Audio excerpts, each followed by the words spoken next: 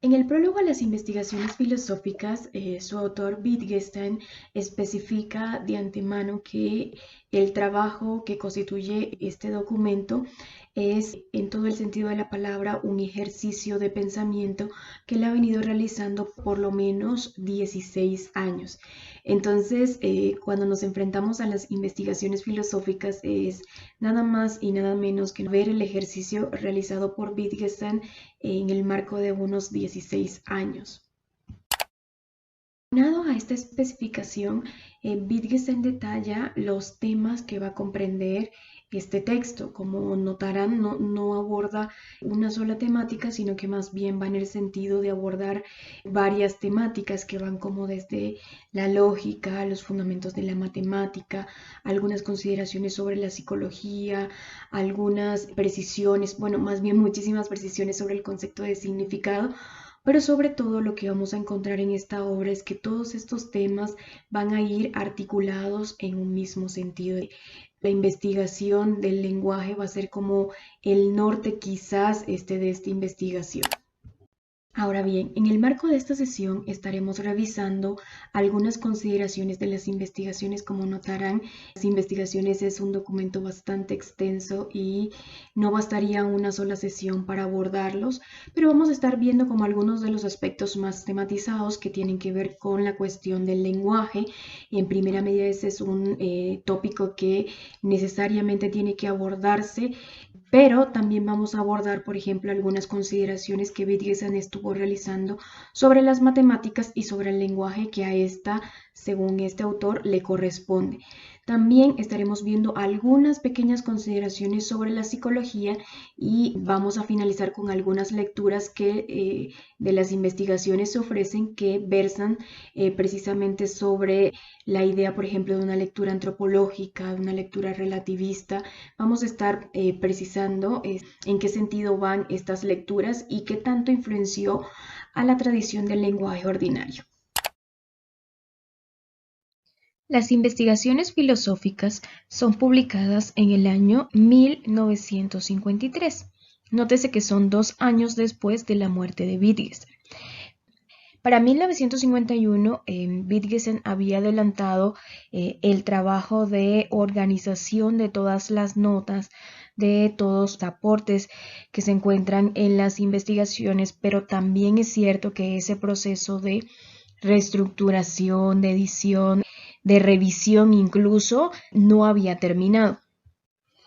Es curioso aquí señalar que para el caso Wittgenstein incluso puede fungir como un ejemplo de la rigurosidad en el marco de la escritura filosófica, porque él no escribía textos y solamente los corregía, sino que todos estos textos o estas anotaciones, porque más bien escribía en tono de pequeñas consideraciones, riguroso de revisiones.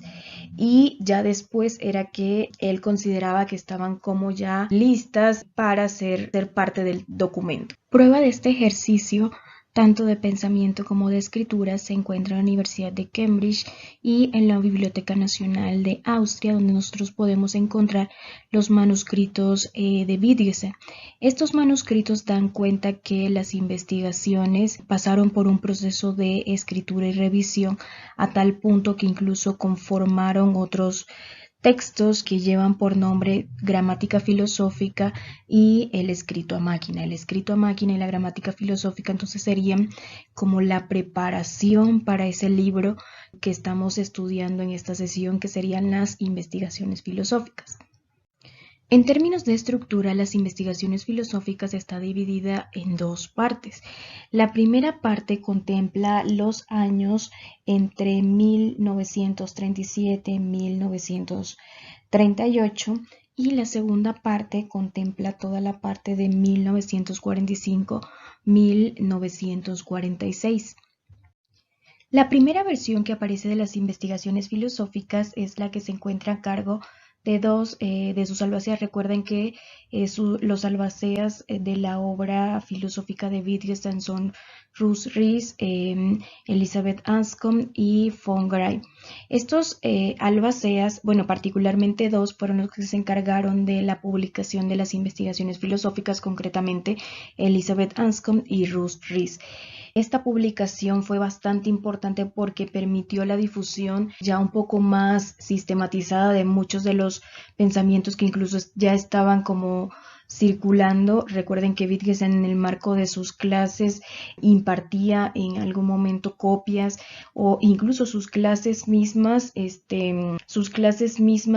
permitían la difusión de su conocimiento, pero la publicación de las investigaciones a cargo de estos dos albaceas te permiten como tal la difusión, de tal forma que se logra una traducción al español y esta traducción va a estar a cargo de Alfonso García Suárez y Ulises Molina, y esta traducción al español, que también abre como una serie de impulsos, se da en el año de 1986 a cargo del Instituto de Investigaciones Filosóficas de la Universidad Autónoma de México. Cabe aclarar que la primera publicación que realizó Anscombe, esta edición ha estado como sometida por lo menos a 2 o 3 ediciones.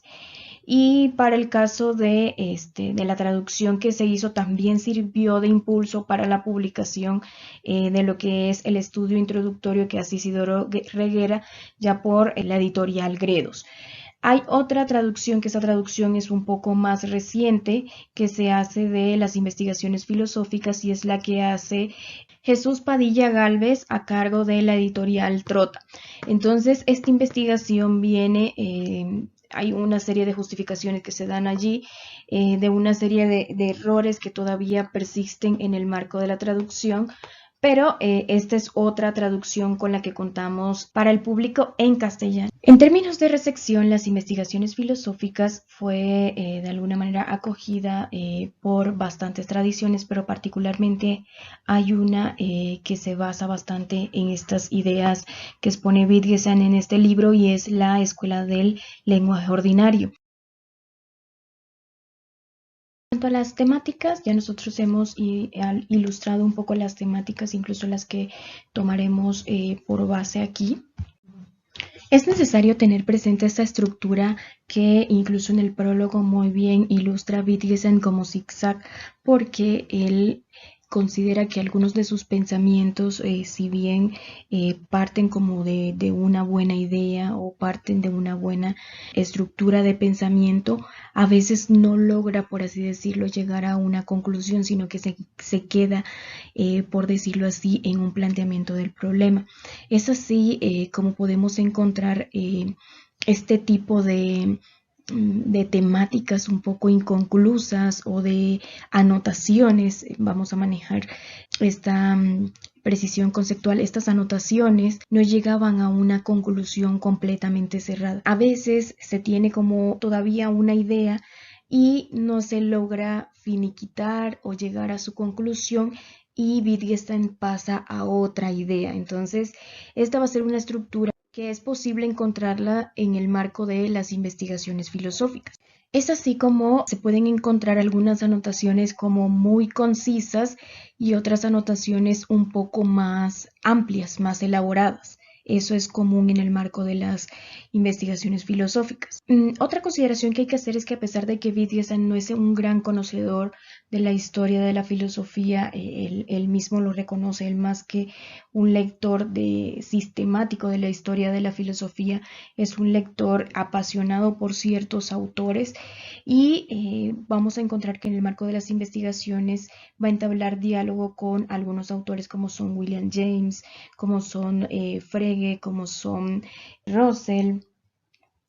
Agustín de Hipona, Goethe, Platón, entre otros autores. Curiosamente, esto es de resaltar porque de hecho a Wittgenstein se le ha criticado muchísimo que desconoce como tal la tradición, pero no la desconoce en su totalidad, sino que más que ser un lector sistemático, opta por ser un lector como a profundidad de determinados autores que le ofrecen un rendimiento determinado. Una forma también curiosa que se van a encontrar en el marco de las investigaciones filosóficas es esta de pensar casos hipotéticos o de pensar ejemplos que normalmente son como bastante exagerados. Todos estos hacen parte de la estructura de las investigaciones porque precisamente van en el sentido de, como ya lo he manifestado, de un ejercicio de pensamiento que en algunos casos está como mayormente revisado que en otros, por lo menos desde el caso de Wittgenstein, ¿no?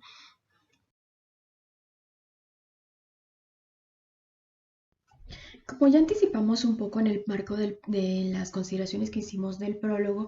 las investigaciones filosóficas es un proyecto en el cual Wittgenstein realiza consideraciones que en algún punto no están como finiquitadas sobre muchos temas. No obstante, ahí debemos aclarar que la mayoría de esas consideraciones que realiza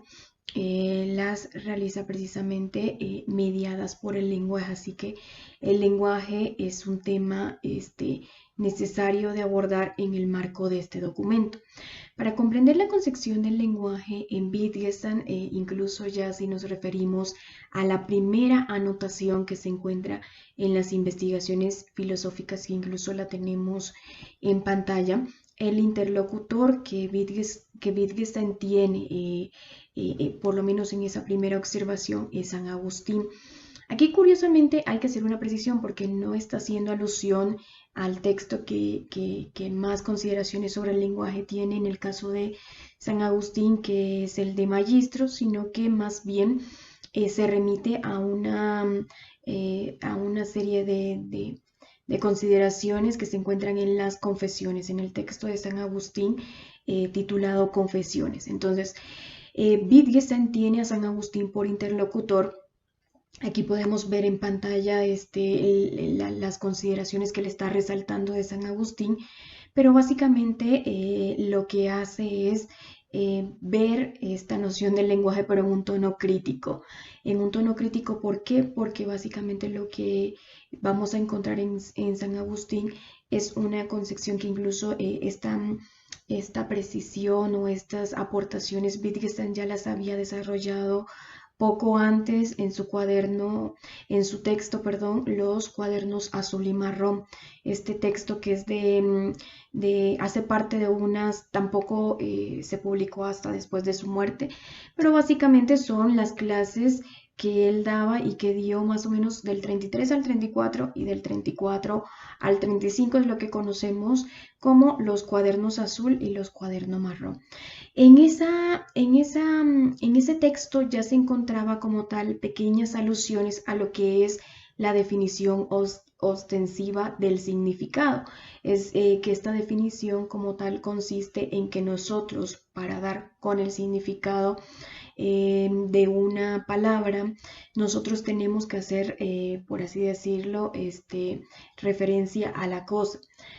Wittgenstein va a decir que esta concepción trae consigo muchas implicaciones que pueden ser hasta cierto punto confusas porque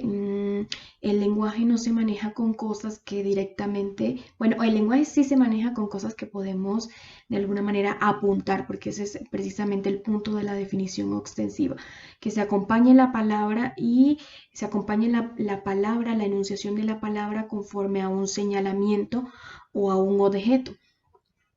Entonces, para este caso, Wittgenstein considera que es una concepción bastante simplista porque deja de lado ciertas palabras del lenguaje que nosotros comúnmente utilizamos, pero que quedan fuera, por así decirlo, de esta teoría, digámosle. ¿Cuáles serían esas palabras? Por ejemplo, la palabra aquí, no hay una forma de señalar correctamente el aquí sin que se caiga en confusiones o el allá, el ahora. Todas estas palabras implican como una cierta confusión porque no tienen una forma de apuntar directamente como si a los objetos. Entonces, por ahí va a entrar un poco la crítica, pero nótese que si bien el interlocutor es San Agustín, también incluso podría decirse que el interlocutor es el autor del Tractatus, que incluso en algún momento se refiere así a sí mismo, ¿no? Es decir, como el autor del Tractatus, pensaba en algún momento, esta es una concepción esencialista del lenguaje, es una concepción que de algún modo no explica la complejidad que implica como tal el lenguaje. Yo por caso puse unas cuantas expresiones, unas cuantas palabras, pero hay muchísimos ejemplos en los cuales esta concepción de definición ostensiva del lenguaje falla y entra, por así decirlo, a no cumplir con la explicación del lenguaje. Básicamente es una concepción del lenguaje donde las palabras nombran cosas, pero el lenguaje, a decir Wittgenstein, no se va a reducir a esto. Estas consideraciones que se hacen en tono crítico, pero como digo, tienen como interlocutor tanto a San Agustín, pero también al autor del Tractatus, les sirve como base precisamente para articular una propuesta. Aquí también hay que hacer una precisión porque Wittgenstein es muy escéptico de llevar a cabo o de trabajar con la noción de teoría. Él, por ejemplo, su propuesta no le dice teoría de los juegos del lenguaje o teoría del lenguaje, porque él es muy precavido con el uso de esta palabra.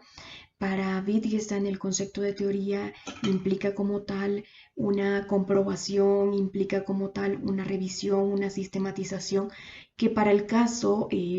incluso para la forma en que está estructurada las investigaciones, no es posible darla, porque lo que vamos a encontrar precisamente en el marco de las investigaciones son consideraciones más bien sueltas, consideraciones que bien sí se pueden articular y que incluso él hizo un proceso o un esfuerzo más bien, un esfuerzo de articular todas estas consideraciones en torno a un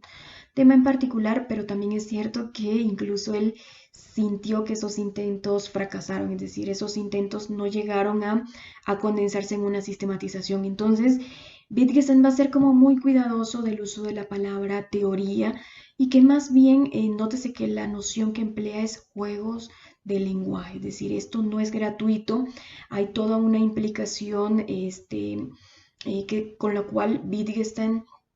va a querer justificar el no uso de la palabra teoría. Pero con respecto a la noción de juegos del lenguaje, es una concepción que se ha difundido bastante, que incluso ha servido como fuente de impulso para la escuela del lenguaje ordinario para hacer consideraciones que vayan más en el sentido de analizar o de estudiar el lenguaje en lo que sería su uso, que va a ser como una de las banderas que va a llevar como tal Wittgenstein y como tal este movimiento. Entonces es importante que la noción de juegos del lenguaje está exenta, por así decirlo, de esta consideración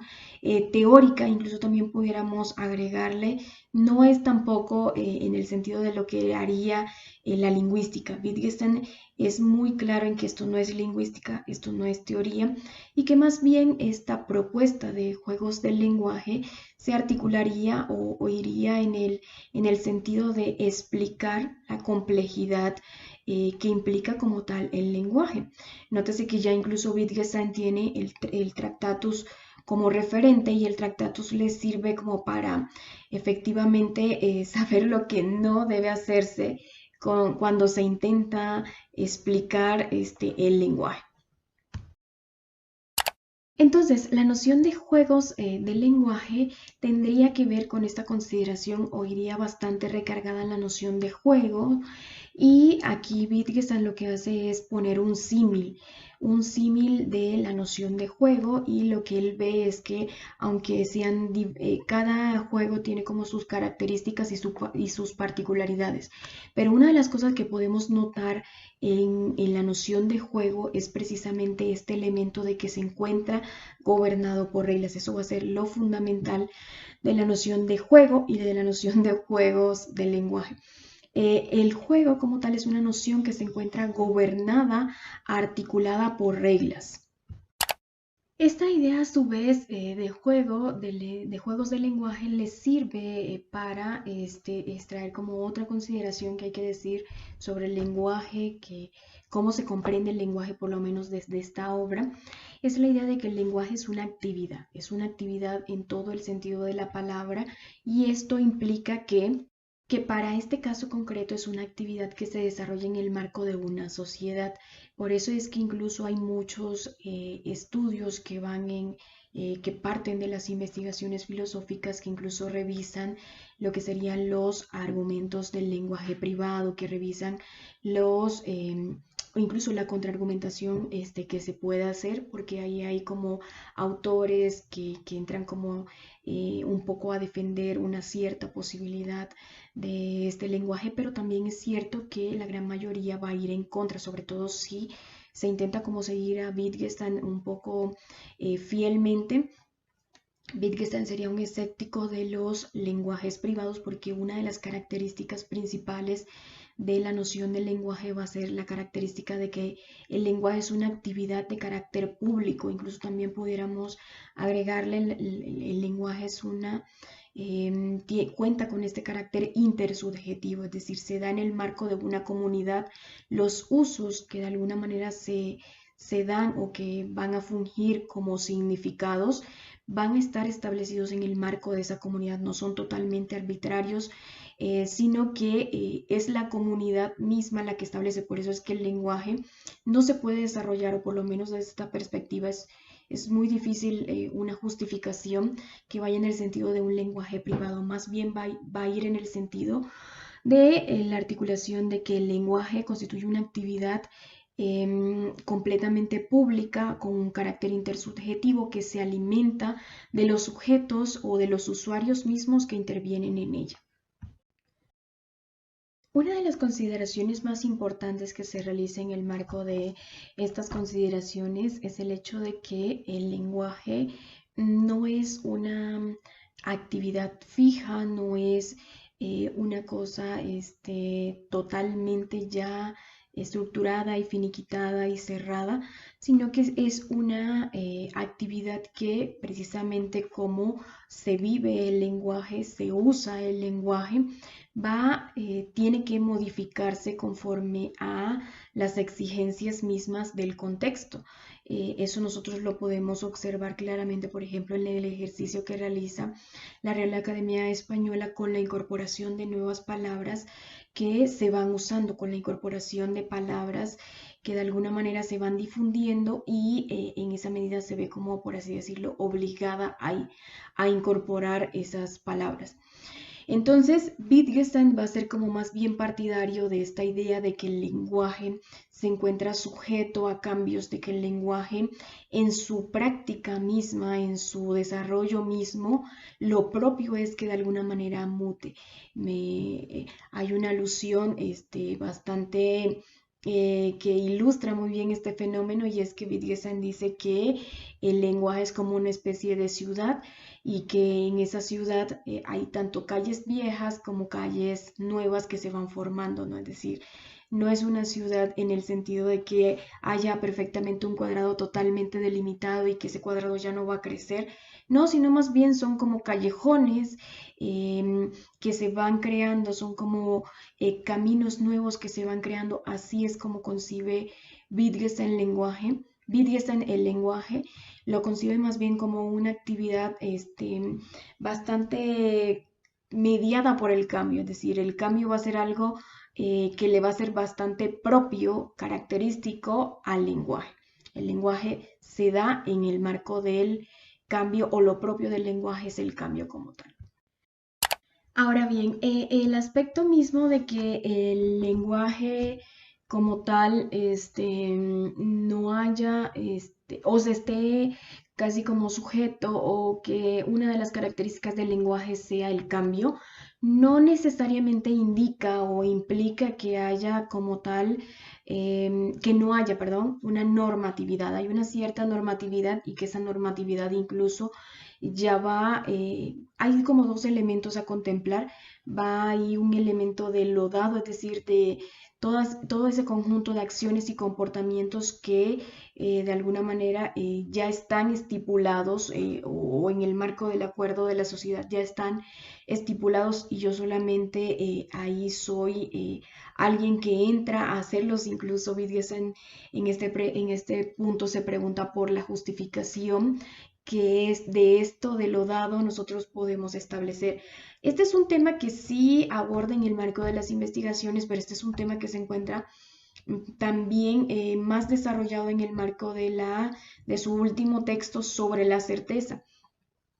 En el marco sobre la certeza, él trabaja con consideraciones que van en el sentido de certezas justificadas. ¿Cuáles serían esas certezas justificadas? Que de alguna manera llegan a un punto donde por más que tú te preguntes, la respuesta que se puede proporcionar o que se proporciona a este punto es: así se hace, normalmente es como se desarrolla esta actividad,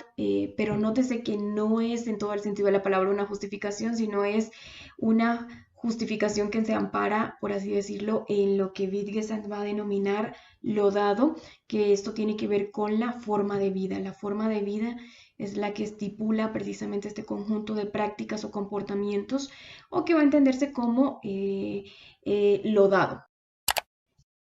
Incluso este elemento de lo dado puede definirse como donde las justificaciones se acaban o incluso aquello que no necesita ya una justificación. Por eso se esbozan como este tipo de expresiones como así es como lo hago, así es como se hace. Este son el tipo de expresiones que suelen acompañar este tipo de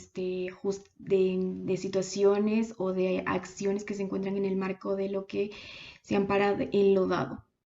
Una vez dada la idea de lo que implica la forma de vida, de lo que implica la noción de juegos del lenguaje, ya se puede avanzar un poco más fluidamente en las consideraciones que Wittgenstein tiene sobre este tema. Y es que para Wittgenstein el lenguaje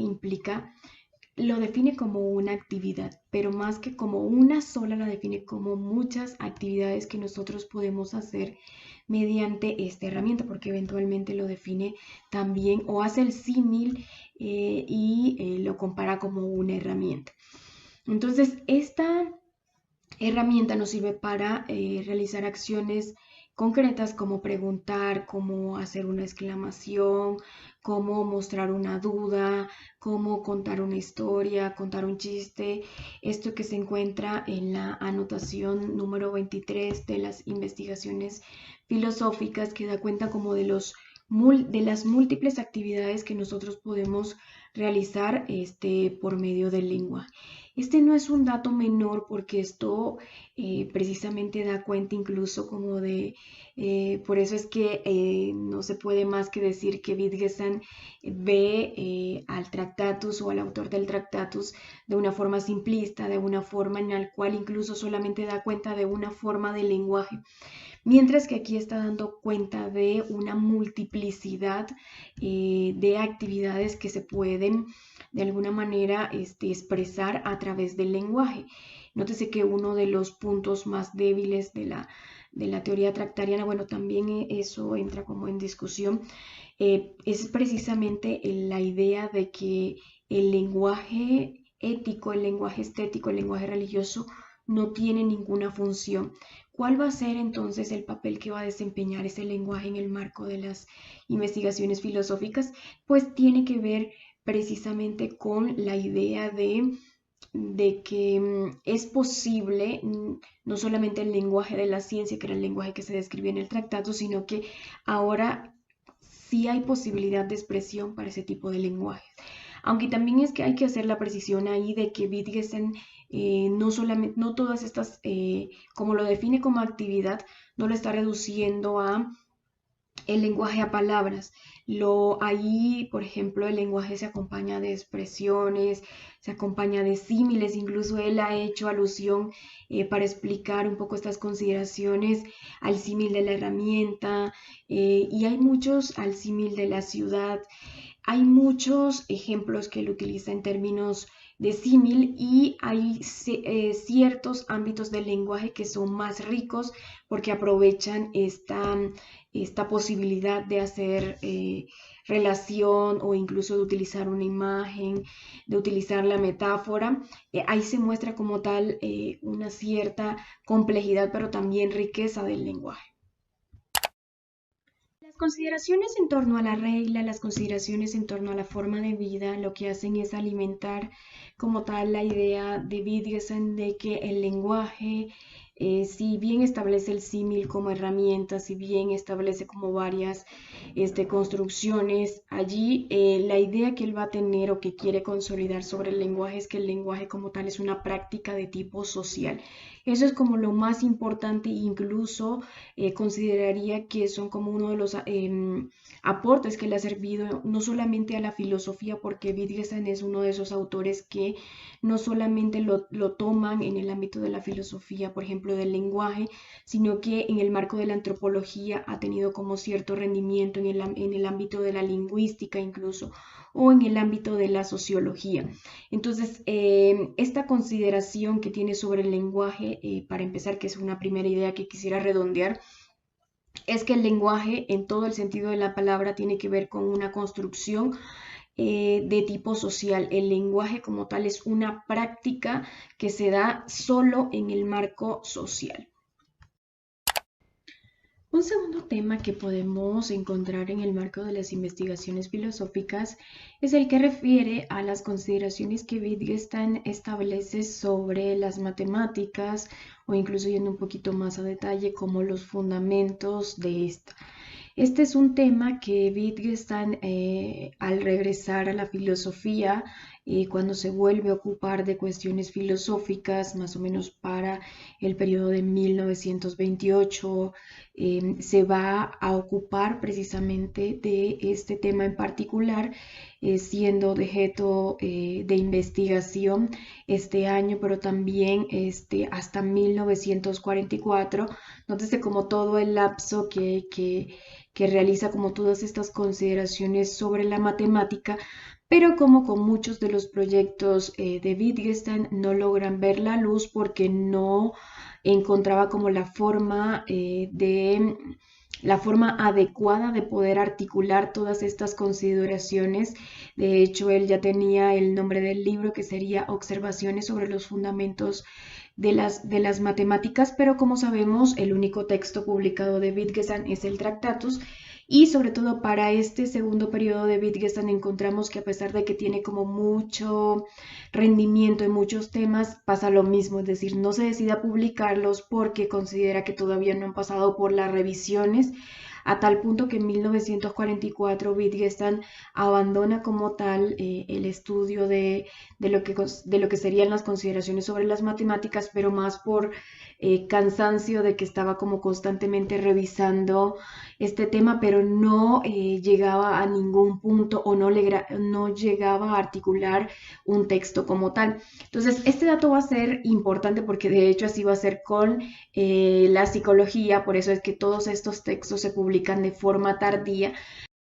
Incluso siendo un poco estrictos, quién sabe si Wittgenstein estaría de acuerdo con estas publicaciones, porque él consideraba que estas observaciones todavía no estaban como lo suficientemente revisadas, elaboradas, configuradas para llegar a una publicación. Pero el caso es que sí que le interesaba estos datos, precisamente los proporciono para que se vean que es un tema que no es un tema menor en el marco de las investigaciones, sino que es un tema que le preocupaba al igual que el lenguaje. De hecho, vamos a encontrar que dice uno o dos aspectos sobre las matemáticas, pero también le va a interesar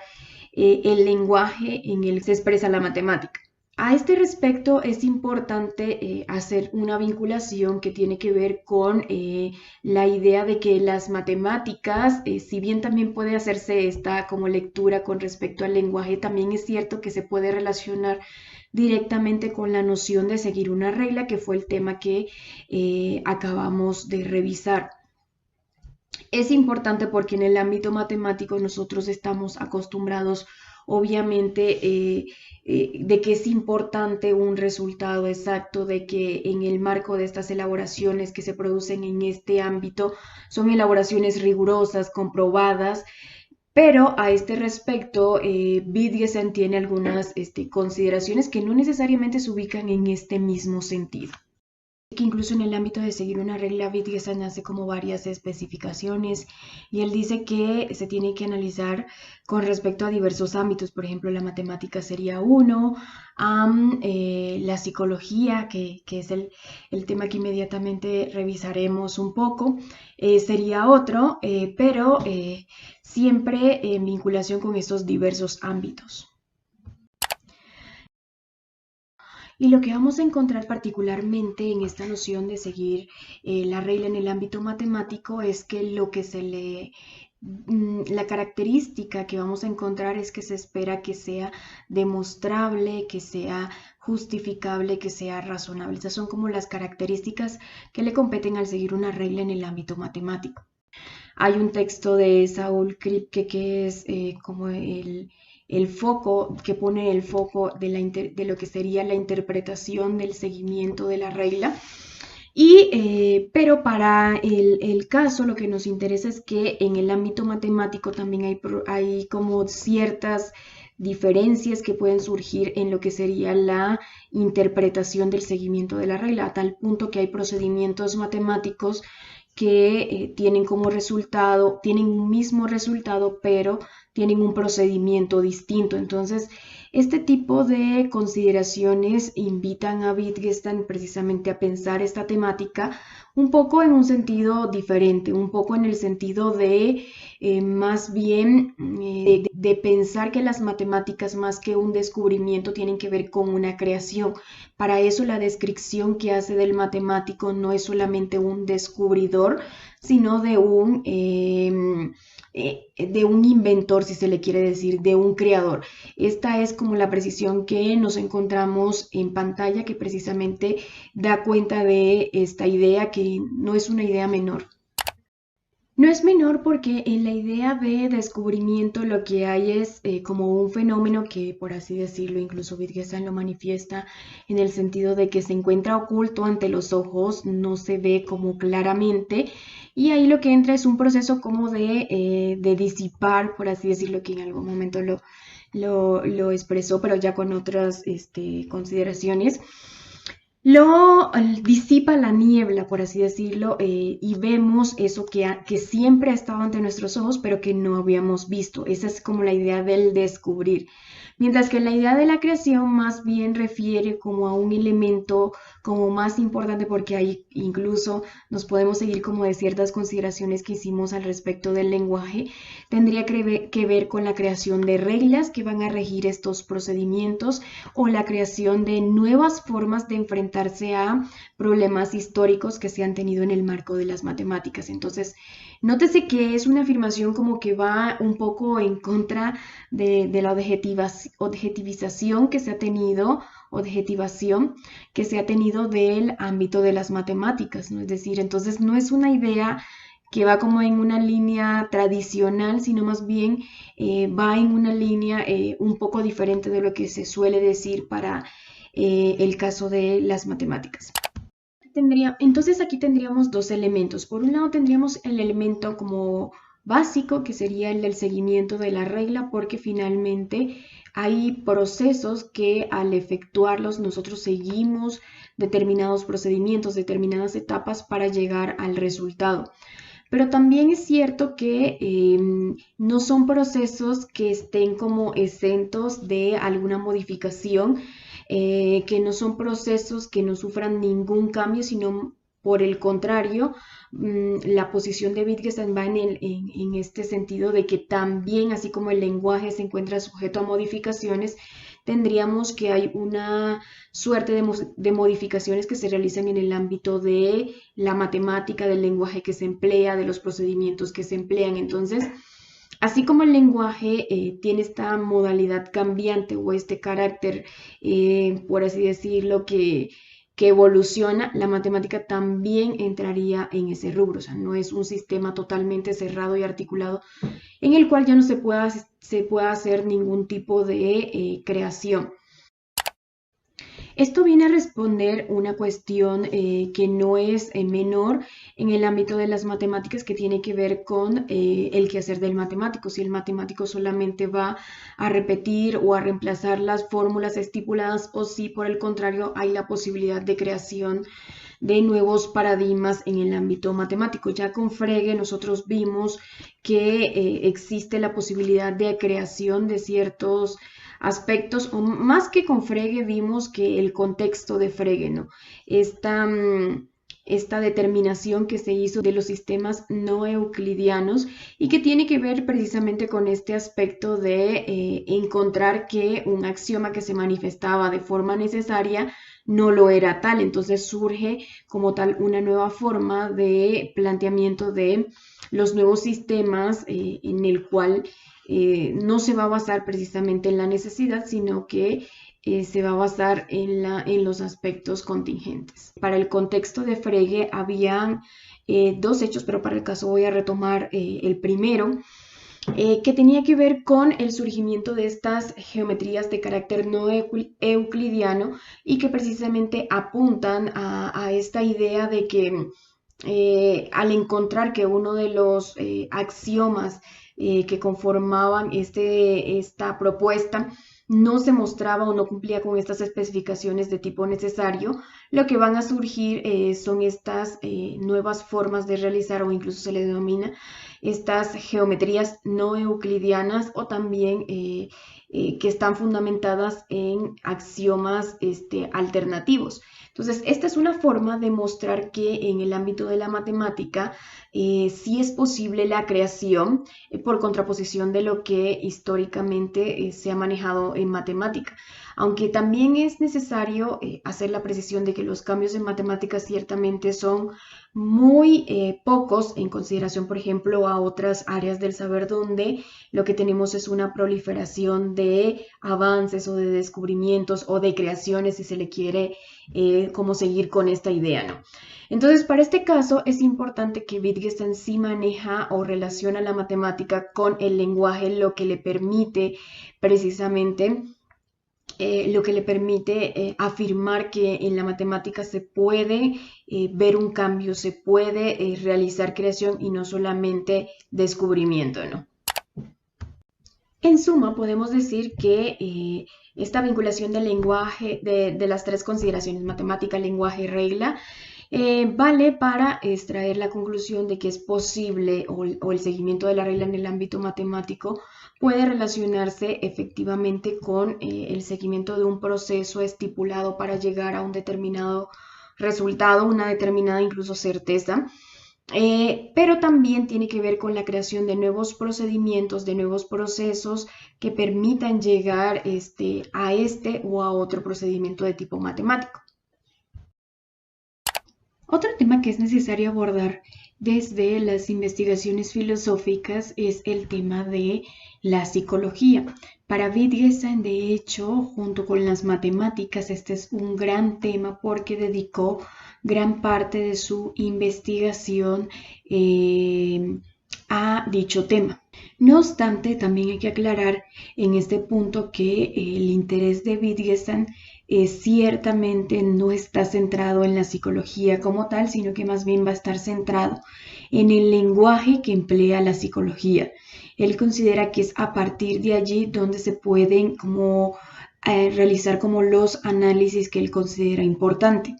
Y ya entrando en materia, podemos decir que la consideración que Wittgenstein tiene sobre la psicología es que la psicología no es una ciencia. Y esto podría sonar como fuerte, pero él va en el sentido de que a Wittgenstein para este periodo, y sobre todo se ve como en todos los textos preparatorios, de hecho incluso ya después Anscombe como Albacea logró como articular esto que Wittgenstein le costó como tanto trabajo y que no terminó. Es decir, todas las observaciones que había realizado sobre la psicología, y es ahí cuando sacan como filosofía de la psicología. Y este título pudiera prometer ciertamente una filosofía de la psicología, pero lo que más vamos a encontrar en estas observaciones tendría que ver con las precisiones que en términos del lenguaje, según Wittgenstein, le corresponde a esta área del conocimiento. Entonces, la psicología va a ser un área específica que históricamente se ha concebido como la ciencia que estudia los procesos mentales, o por lo menos la psique, todo lo que tiene que ver con lo que hay dentro. Y particularmente este es un tema que Wittgenstein aborda de muchas maneras, no solamente con la psicología, sino también, por ejemplo, con la cuestión del dolor, con la cuestión de las proposiciones con las cuales uno enuncia esto, incluso tendría que ver también con el aspecto de las matemáticas, y va en el sentido de esta concepción que históricamente se ha hecho de un yo adentro y de un afuera que necesita estudiar ese yo adentro, por así decirlo, como si eventualmente pudiéramos nosotros llegar a esa estructura donde vamos a ver cómo pasa el proceso de comprensión y este tipo de procesos que se hacen de forma interna. Entonces, a este respecto, Wittgenstein tiene una opinión bastante firme que fue construyendo. Esta opinión se ve no solamente en las observaciones sobre la psicología, sino que ya se veía perfilando en los cuadernos azul y marrón, también se presenta en el marco de las investigaciones. Concretamente podemos decir que este tema es uno de los temas duros que Wittgenstein le interesa trabajar, precisamente porque al volver en 1929 a la investigación filosófica, ya las clases de 1932, 1933, ya él tematiza precisamente esta cuestión de la posibilidad del lenguaje privado, pero más bien, como hemos visto, la línea de las investigaciones filosóficas va en un tono crítico, es decir, qué argumentos podrían, por así decirlo, sostener esta hipótesis, y para el caso, los dos temas que le ofrecen mayor rendimiento para la disertación sobre el lenguaje privado va a ser precisamente el lenguaje matemático y el lenguaje de la psicología. Como habíamos dicho y como hemos visto en el tema anterior de la matemática, este es un tema que ocupó a Wittgenstein gran parte de las disertaciones y de las clases que había realizado Wittgenstein las ocupa precisamente en estas investigaciones, en estas anotaciones sobre tanto la matemática como la psicología.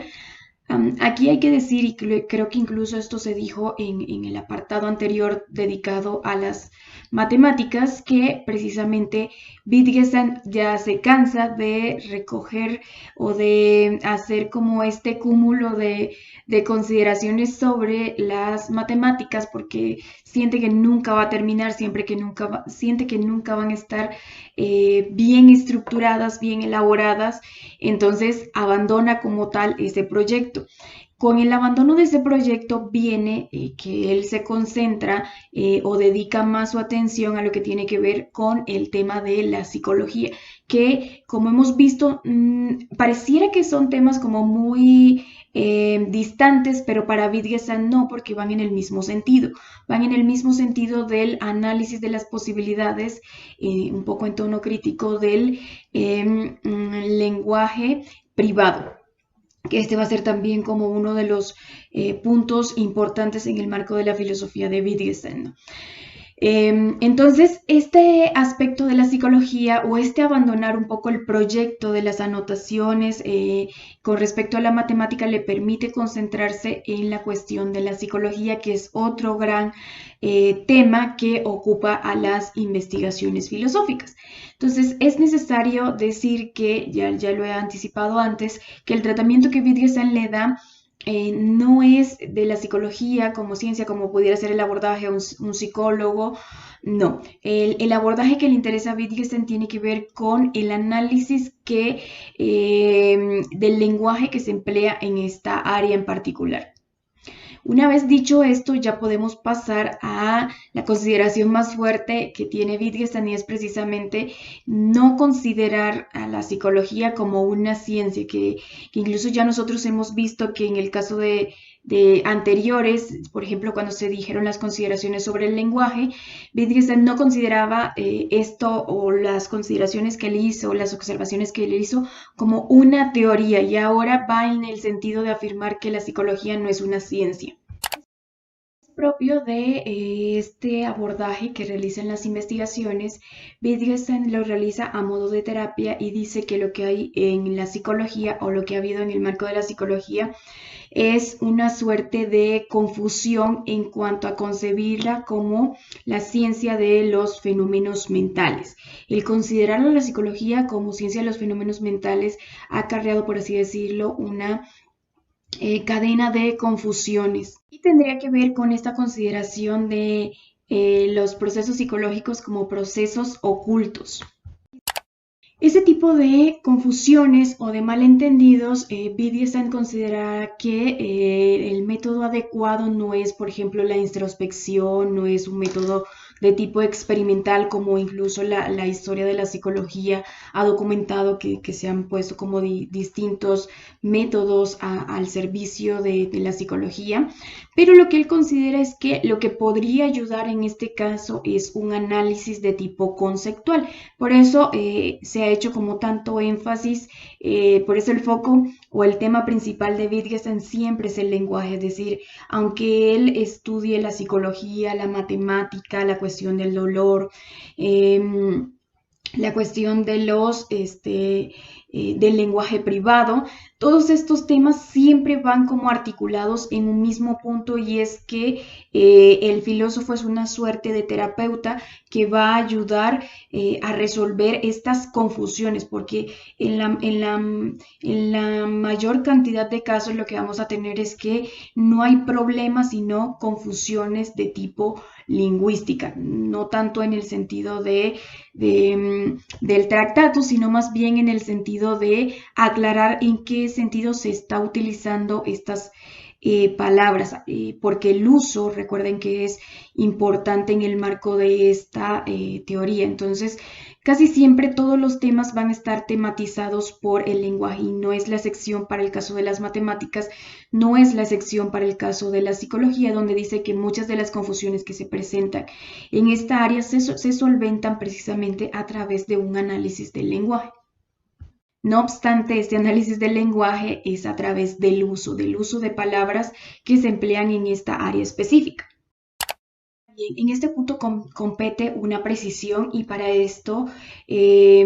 muchos de los estudios de Raymond, que es uno de los que se encarga de hacer como las biografías más extensas de Wittgenstein, nos ayuda a entender por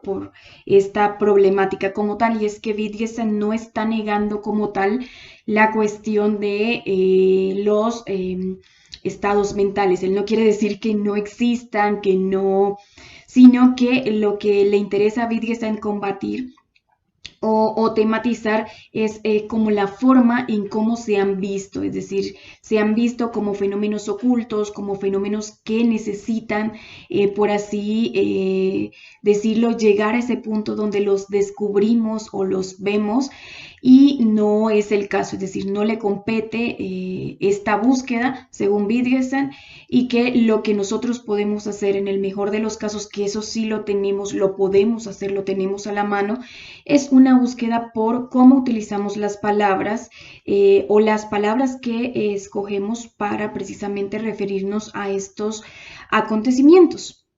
Obviamente, la forma en que analiza Wittgenstein la psicología es bastante particular, e incluso pudiera, no sé qué tanto rendimiento tenga realmente en el ámbito de la psicología, pero estas son como las apreciaciones que él consideraba importantes para precisamente salir de las confusiones que él consideraba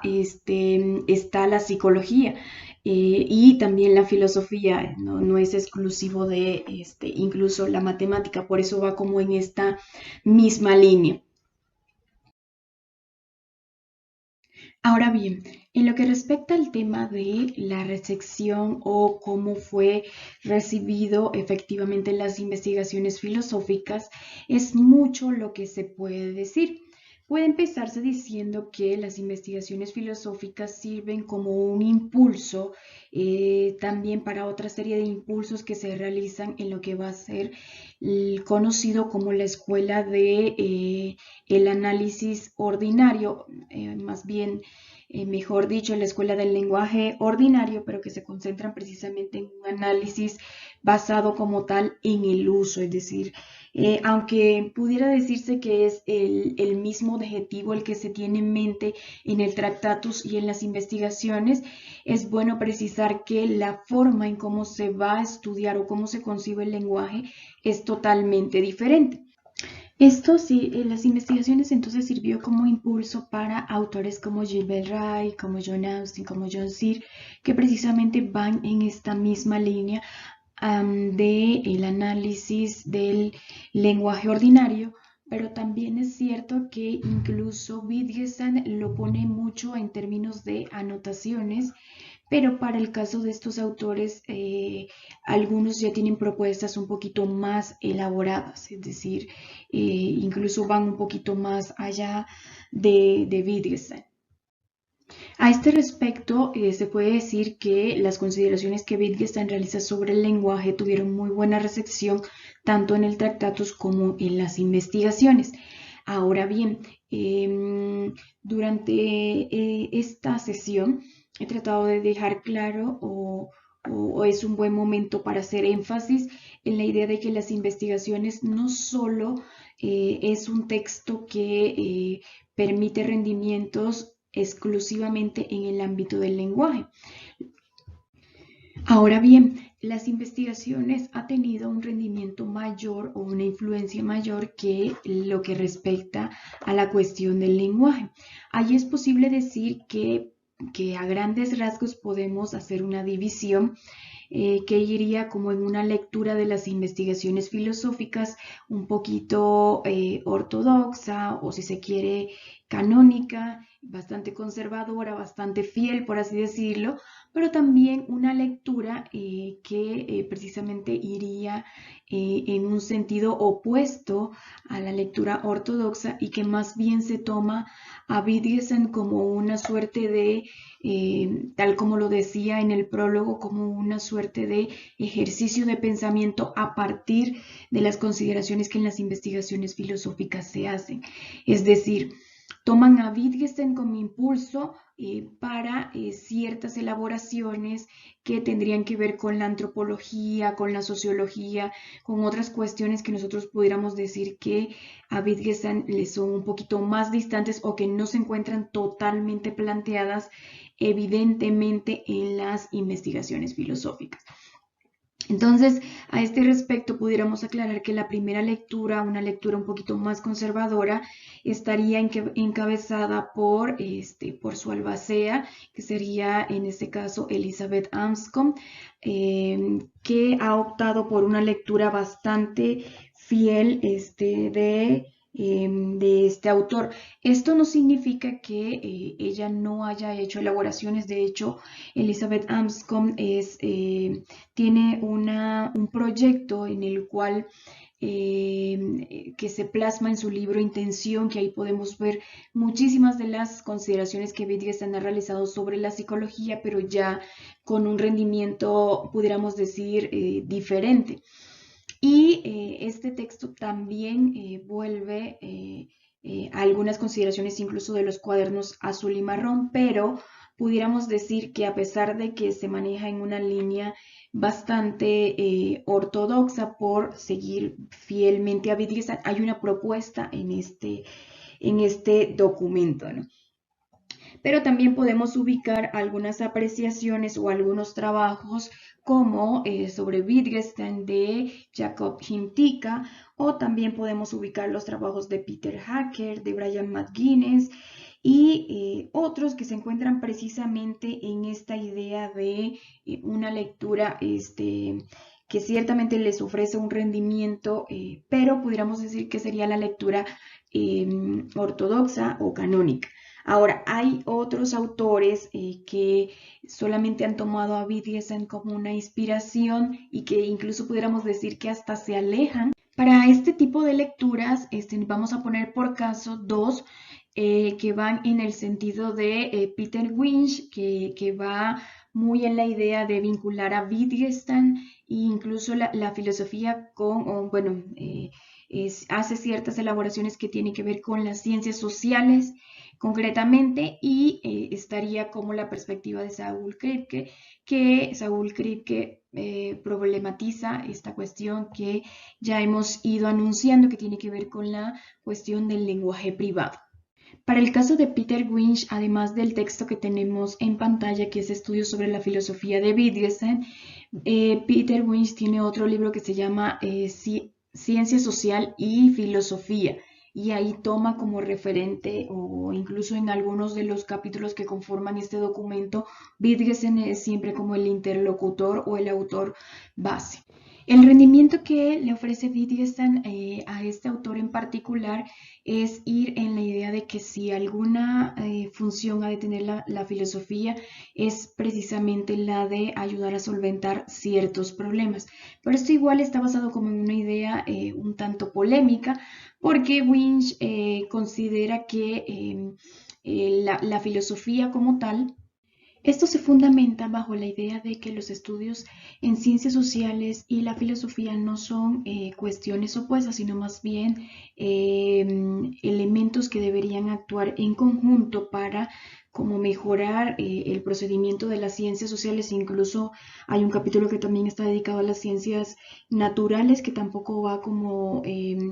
en opuesto, sino más bien como en comunión, y lo que aclararía esto sería precisamente la función de la filosofía, es decir, esto es posible mediante la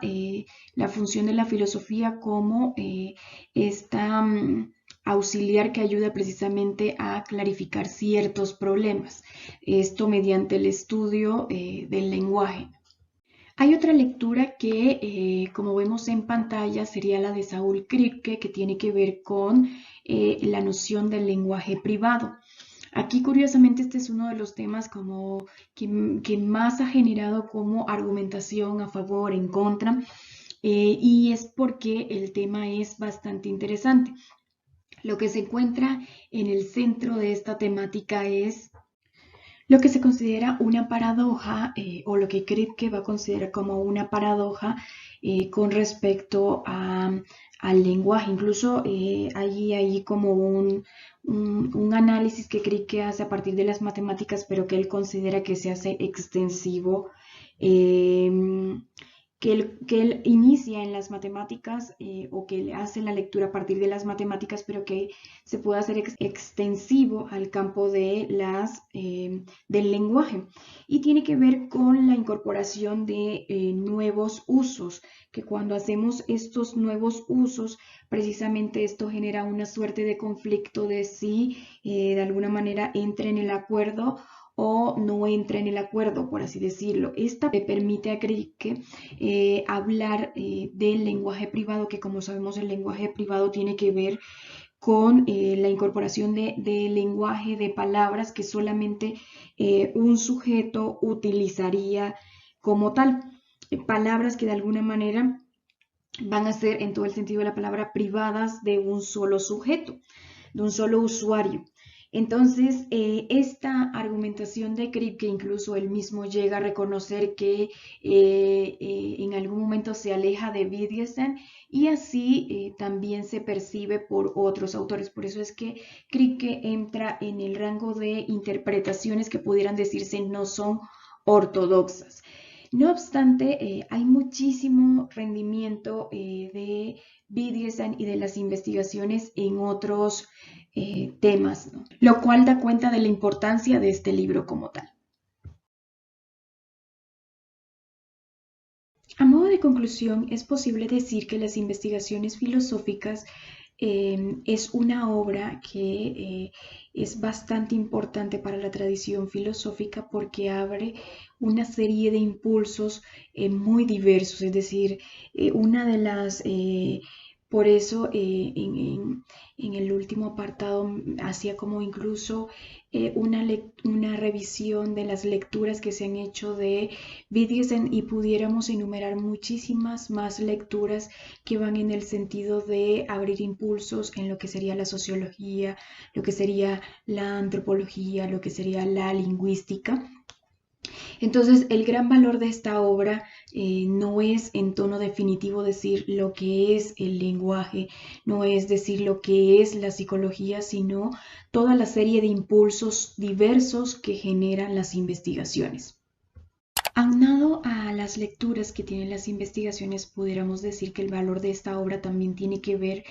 con la gran variedad de temas que aborda. Ya nosotros lo mencionamos en esta sesión desde el principio. Él en el prólogo intenta decir cuáles serían como las líneas temáticas que va a seguir, pero incluso a él se le escapan porque Wittgenstein tematiza una gran cantidad de tópicos en este manuscrito, ¿no? En este documento. Eso le vale precisamente para no elaborar tesis definitivas, sino más bien consideraciones u observaciones que más bien vayan en el sentido de un proceso de pensamiento, ¿no? Por eso Wittgenstein desde el prólogo nos está invitando a que este libro como tal es una invitación a desarrollar esas habilidades que magistralmente él desarrolló en este libro.